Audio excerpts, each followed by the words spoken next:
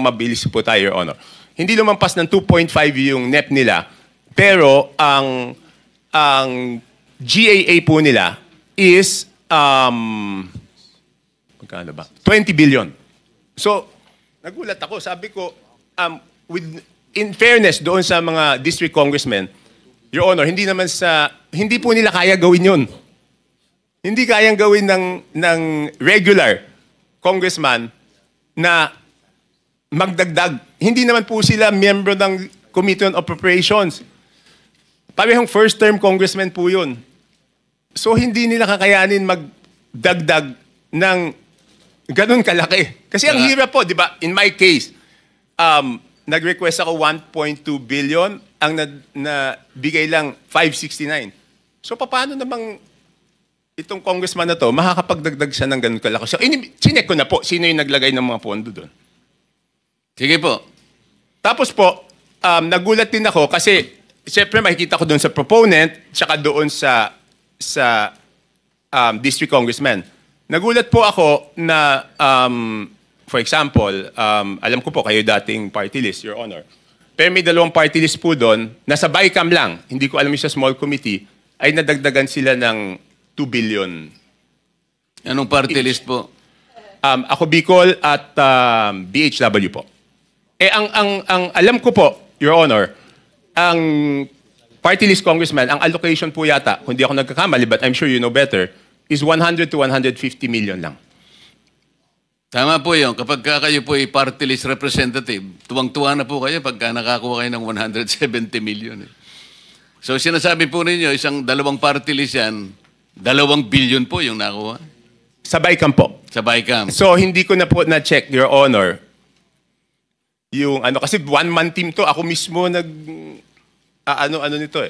So, balikan po natin yung sinabi nyo without any offense meant dun sa representative po dyan sa Mindoro Oriental at saka Mindoro Occidental. Kayo na po ang nagsabi na parang wala naman sila sa kalagayan na manghingi ng ganong kalaki sapagkat hindi naman sila kasing sikat ng isang Toby Chanko. Hindi po. Kung kayo nga po nanghingi ng ganito, kalahati lang ang naibigay. Sabi po nyo kanina, hindi sila lalampas ng at least 2.5B.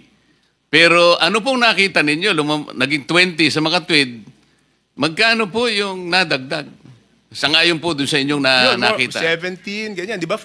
Sabihin mo 2.5 to 20, di 17.5. Tapos ang isang nakita ko po doon, under proponent, nagulat po ako na yung proponent ng mga dagdag sa distrito na to, under BICAM, is si Congressman Saldico na 13 billion. Sir, Your Honor, pwede bang i-ano ko lang yung USB na ayaw nila ipakita doon para mas madali kong mapaliwanag?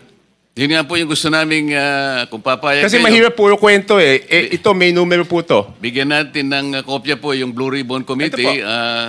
May I direct staff of the Blue Ribbon Committee to please secure the copy from Congressman Tiangco para makita po natin yung binabanggit niya. Ipakita po natin sa sa screen.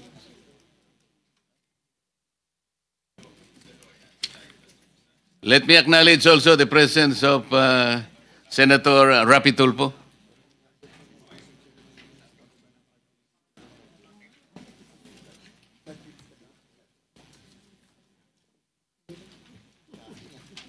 Mr. Chair, may I interject, Mr. Chair? Yes, Senator. Yeah, I would like to direct this question to... Sandali. Let me acknowledge also the presence of Senator Bato. Continue, sir. I would like to direct this question to Congressman Toby Chanco. Sir, sabi niyo parang 17.5 ang nilobo nung budget. Tama po ba yun? Kunin ko lang po yung eksaktong records para sigurado. Kasi parang sinasabi nyo, 2 something lang ang request nung district na yon. And you don't believe na hindi nila kaya yung kasi mga ordinary at mga bagitong congressman. Tama po ba yon? Hindi naman po ordinary, sir. Regular. Yeah. Regular. What I mean to say, sa district ho na yon. Tama po ba? Yes, Your Honor. Ang tanong ko po ngayon, sir, may naririnig po tayo, ito po yung common lingo ito, yung sinasabing parking fee. Hindi ho kaya nagkaroon ng yung pondo na yon ay pinarada lang dito ng isang congressman na hindi naman taga roon? Ito ang tawag ay parking. Have you heard that, Mr. Chair? Yes, sir. Yes, Your Honor. Nadinig ko na po yun. Pero dalawang term po yan, di ba? Kung matatandaan nyo sa Kongreso, isa yung parking, isa yung sagasa. Could you tell us the difference Di ba yung between parking, Your and Honor? sagasa? Yung parking rep, Tiangco, medyo kabisado ko, pero yung sagasa, hindi ko pa, pwede bang ipaliwanag mo yung sagasa? Hindi. Yung parking po, Your Honor, is nakiusap ka dun sa district congressman, Yes. pumayag yung district congressman. Yung sagasa po, Your Honor, is wala kang magagawa sa ayaw mo't sa gusto. Mas matindi pala yun? Oh, Your Honor,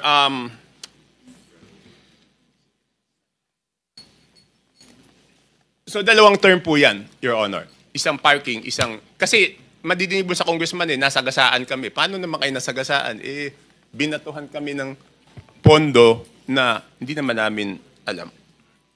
Ang ibig sabihin, Mr. Chair, yun nangyari sa Mindoro ay sagasa po yun? Your Honor, I have no personal knowledge. Your Honor, ito po. Mindoro Oriental, DEO, 2,530 billion ang NEP. Nandito naman po si Yusek Kati, pwede niya i-confirm to kung pareho yung records namin. Tapos, ang total budget is 20 billion 999 million. Tapos, yung Mindoro Oriental DEO, 1 billion 508 million 583,000. Ang GAA po niya is 20 billion 795 million 429. So nagulat ako nung nakita ko yon, Your Honor. Thank you, In Mr. Chair. both provinces, si Representative Saldico ang nakalagay po na proponent. Rep. Hindi, doon po sa ano. Kasi ganito po to. Ito na po yung total. Sabi ko nga, hindi ko makikita kung ano yung sa small committee. Ang nakita ko, nung tinitignan ko po yung kay Saldico, next slide please. Yan, maliit lang eh. Yan po, for example, ito muna, ABRA. Ang proponent is Congressman Saldico. Hindi ko na po linagay yung district congressman, sir, kasi, Your Honor, kasi sabi ko nga, baka naman wala siyang alam, tapos mababash siya ng mababash, di ba po? So, ang nadagdag po to the district of Abra is, sige, next slide, is 3 billion 400, Your Honor, hindi ko po mabasa. Basta 3 billion 400, 68, 345. ayan po, Your Honor. Okay. Yan po, out of Saldico's insertion. Okay, next slide. Yan na po yung Mindoro. Yung next is Mindoro. Tignan ko lang po dito sa akin. Meron din akong kopya niyan. Your Honor.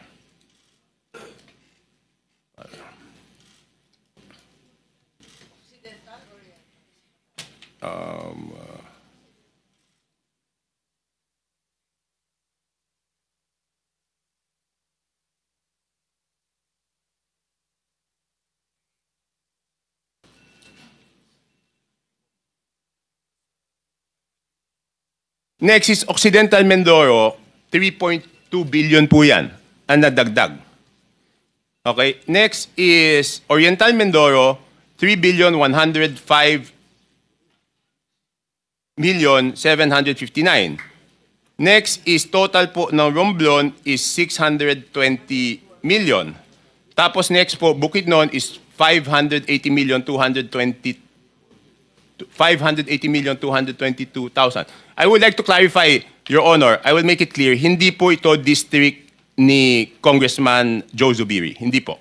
Just to clarify, hindi niya distrito yan. Tapos yan, sunod-sunod na po. Itong Camarines Norte, 550 million. Itong, ano ba yung sumunod? Batangas, 429. Meron pa pala ulit na Mindoro. Hindi ko alam bakit nahiwalay ito. Baka ibang district ito. 400 million. And then Sarangani, 300. So next slide, pag tinotal niyo po, yan, magbabalanse po yan. 13 billion 803 3,693,000 with Congressman Saldico as proponent. And pag tinotal mo yung district, yung subtotal, 13,803,693,000, Your Honor. For the record, ang binabanggit po nating Representative Elizaldico, siya po yung chairman ng House Appropriations Committee. Sa makatwid po, Rep. Toby, kung titingnan po natin at pagbabasihan, ito pong nakalap po ninyong impormasyon, lumalabas po na si Rep. Saldico ay siyang proponent ng halos 13.8 billion. Hindi natin malaman kung ito pinarada o sinagasa. Yun po ba ang ating conclusion? Ano po yung ilang congressman dyan, sabi niya hindi amin yan. Hindi namin ni-request yan. So hindi na ako nagtanong kung parada yan or Sagasa. Ang sinasabi ko lang po is, yan po yung nakita ko. Kasi normally, kung kunyari, yan po yung request ko, dapat ako yung proponent. At ako rin po yung congressional district. So pag magkaiba, magtataka kayo bakit eh. Chair, baka may dadagdag si Gob, Dolor, dahil puro Mindoro ang binabanggit. Yun nga po, may I take advantage of your presence, Gob. Total, nababanggit naman po ang inyong probinsya. Siguro po, makapagsalita kayo sang-ayon po dun sa revelations po ni Representative Toby. Nag-request po ako kay Gov. Dolor. Tapusin ko lang, mabilis na lang to eh. Okay. Yes. So makikita ko po, yung Ako Bicol, yan po, ang BICAM is 2,295,000,000. Next slide. Yan. Next slide. Yan. Ang Ako Bicol, ang ano po niya, ang napunta po sa BICAM pa lang is 2,295,000,000. Again, hindi ko alam yung small committee. And then yung BHW po, ang total is 2,064,000,000. At ito po, Your Honor, buti na lang naagapan to kasi po, hanggang ngayon, hindi po rini-release yan. Kasi nung natuklasan na ganyan, nakakapagduda, hindi po ni-release. Your Honor, pwede po ako magtanong kay Yusek Cathy. Meron lang akong gusto i-clarify, Your Honor. Please proceed. Yusek, di ba ginagawa ito short of award, di ba po? Yes, sir. Kapag na lumabas na po yung GAA, pwede na po silang mag-advance procurement short of award hanggang ma-download po yung pondo sa implementing office. Okay. Yusek Cathy, kung yan po ay short of award, ibig sabihin meron na yung lowest calculated bid. Tama po?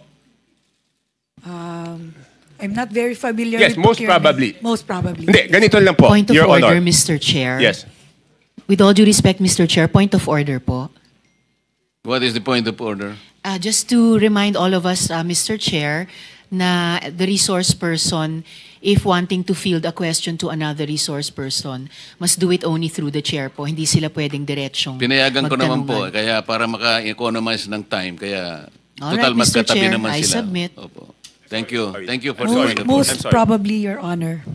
Your Honor, pwede bang malaman kay Yusek Cathy kung, hindi, pwede na lang po ganito, Your Honor. Pwede pong hingi na lang kay Yusek Cathy i-check kung meron na po itong lowest calculated bid short of award at kung merong lowest calculated bid short of award, isubmit po sa committee ninyo kung natuloy yung bidding, kung sino po yung most probably na mananalo kasi siya po yung lowest calculated bid. Sa tingin ko napakahalaga yun para sa inyong committee, Your Honor. Thank you, Rep. Toby. I think that is in order. Yusek Cathy, I think you should Yes, Your Honor. submit to the committee kung alin na dito yung binabanggit ni Rep. Toby na nagkaroon na ng, what is your term? Bidding short of award. Bidding short of award. Para malaman po natin at mabantayan na. Can you do that, Yusek Cathy? Yes, Your Honor. We will direct all the implementing offices, whether it's regional office or district engineering office, to submit all the bidding documents of these projects that are bidded out short of award, Your Honor. Thank you. Thank you for your cooperation. Your Honor, ang request ko po, kung pwede, kung papayagan po ng committee, bibigyan ko po si Yusek Cathy nito para ilagay na niya. Hindi naman po kailangan po siguro ng committee, Your Honor, yung buong records. Kailangan lang ilagay kung sino yung posibleng mananalo kung natuloy po. Yes, I think that is in order. Kung pwedeng maibigay nyo na rin ang kopya kay Secretary Yusek Kati. Yes, Chair. Your Honor. Thank you, Your Honor. That's all. Chair, pwedeng humirit. Yes, Senator Amy. Maraming salamat, Chair. Palibasa natututo tayo ng wika ng Kongreso. May sagasa pala, may parking pala. Ano naman yung allocable at non-allocable? Lagi kong naririnig sa Kongreso, hindi ko maintindihan. To whom are you directing the question, Senator Kung Amy? maaari kay Congressman Toby, kasi naririnig ko, kung meron sila allocable, yung non-allocable, wala sila. Paano ba yun?